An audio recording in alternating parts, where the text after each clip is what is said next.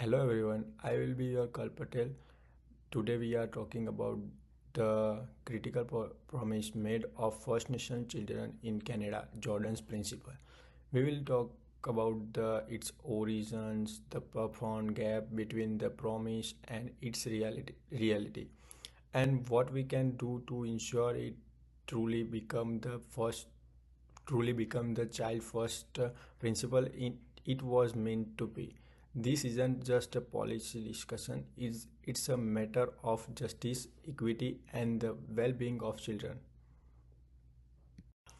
To understand Jordan principle, we must start with the story of the child. It was named for Jordan River Anderson.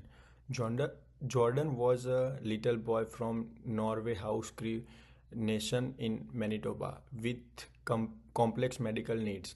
He was medically cleared to go home, but he spent over 2 years of his short life in a hospital.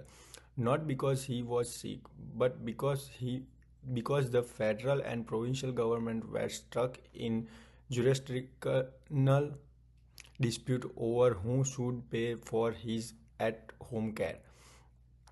Tragically, Jordan died in a hospital at the age of 5, never having spent a day in his family home.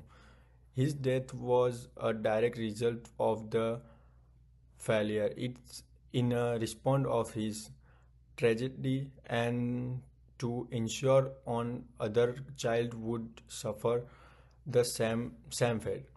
The House of Commons passed a mention in 2007 to adopt what we now know as Jordan Principle. This image is a powerful reminder of a real human life at central of this policy.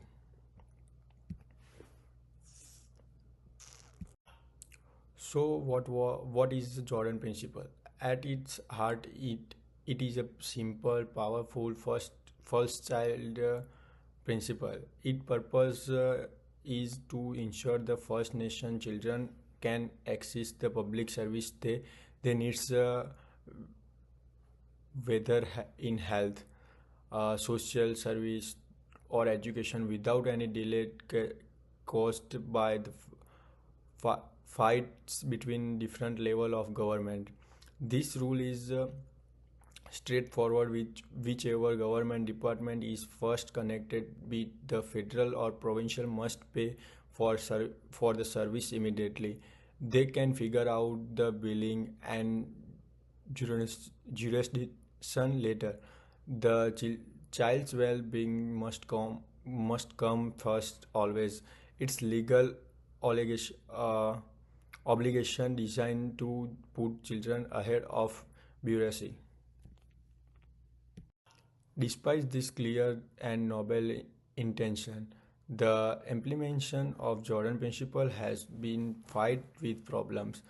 In practice, the child first ideal is often lost in maze of bureaucracy. Families in the midst of the health crisis are faced with confusing and cumbersome paperwork. The interpretation of the principle varies widely depending on where you lie and which case worker you get. Many families and even service providers are simply unaware of their right under Jordan principle. And despite the rule, ju- justi- just jurisdictional disputes still happen, leading to the very delay the principle was created to prevent. Furthermore, the system has become relative, often only funding and crisis level needs while making it difficult to access care, uh, which is which is crucial for long term wellness.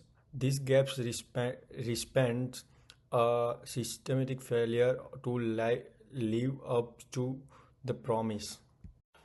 The cost of this implementation gap is high. Children are still being denied timely care of things like wheelchairs, speech therapy, and education support. Imagine having a fight a complex bureaucracy while your child is suffering the process to uh, process families and communities already gapping with the legality of collimation. It's also pennywise and pound follies by denying law and cost. Early interrogation, we are setting the stage for more survey and expensive health crisis down the road. This failure systematically through trust in government most profoundly it's a delay our national commitment and the historical wrong. This image of the long line is a stark visual of the that's presence.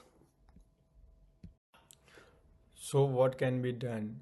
Our core recommendation is a fundamental shift in approach. We must move away from the current complex request-based model, which is uh, which is relative, and towards a system of proactive block funding. This means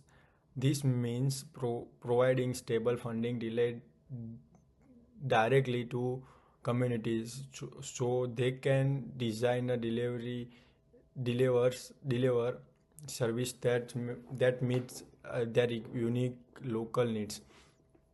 To achieve this, we purpose a four part four part action plan. First, we must streamline the process with a single clear and entry point and detective navigator to help families. Second, we must mandate culture safety and anti-regime training for all service providers to ensure indexations interrogations are respectful and effective. Third, most third and most importantly, we must fund indigenous leads solutions, empowering communities with the resource to care for the own child. And fourth, we need to establish clear thought and independent indigenous leads body that can mentor the government's complex compli- complaints and report publicity to outcomes. In conclusion, it is ve- vital of remember that Jordan principle is not a gift of privilege.